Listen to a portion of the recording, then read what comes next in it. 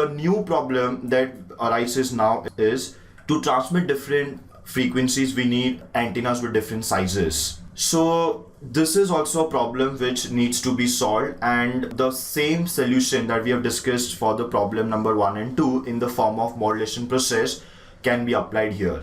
Let's see how the same solution will solve the problem number 3. Now, frequency of f1, which is 1 into 10 raised to 3, please remember that will not be transmitted as it is. It will be converted to some high frequency using the process of modulation.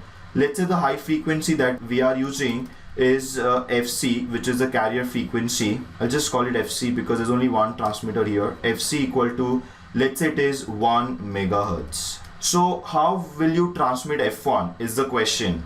F1 will be first converted to a new frequency. Let me call it F1N, and this will be nothing but F1 plus FC, which will be 1 kilo plus 1 mega. Similarly, F2, the second frequency that we have considered in our example, which is 15 into 10 raised to 3, will be converted to a new frequency in the process of modulation and will be transmitted as F2 plus FC, which will be 15 into 10 raised to 3 plus 1 mega. Now, as you can make out that because the second number 1 megahertz is very large compared to 1 kilohertz and 15 kilohertz, I can say that F1N and F2N are approximately equal to 1 megahertz. The very good point that we can make now is that because F1N and F2N turn out to be approximately same, I can say that their corresponding wavelengths, and yes, the new wavelengths will also be approximately same.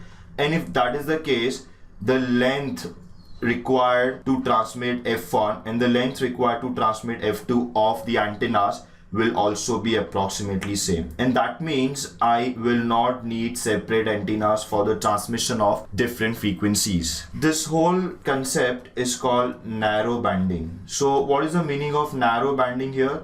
When we transmit the original frequency range from 20 Hz to 20 kHz, in that case, when you take frequencies like 1 kHz and 15 kHz, you require antennas which have the ratio of the lengths equal to 15 and which can also be higher than that.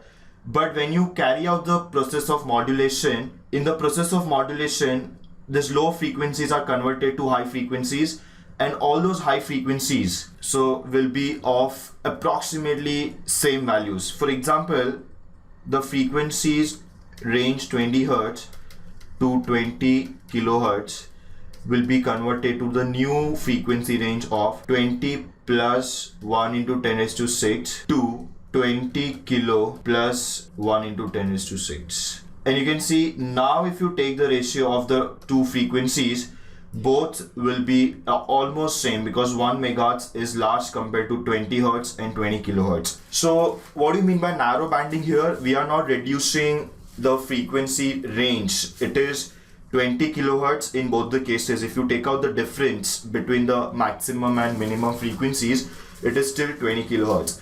But narrow banding is the word that we are using here in terms of the size of the antenna which is required same to transmit both the frequencies once they are converted to high frequencies. So as you can see, the process of modulation will solve all the three problems. Now these are the three major problems. The process of modulation will give us a lot of other advantages also. We will discuss that later on.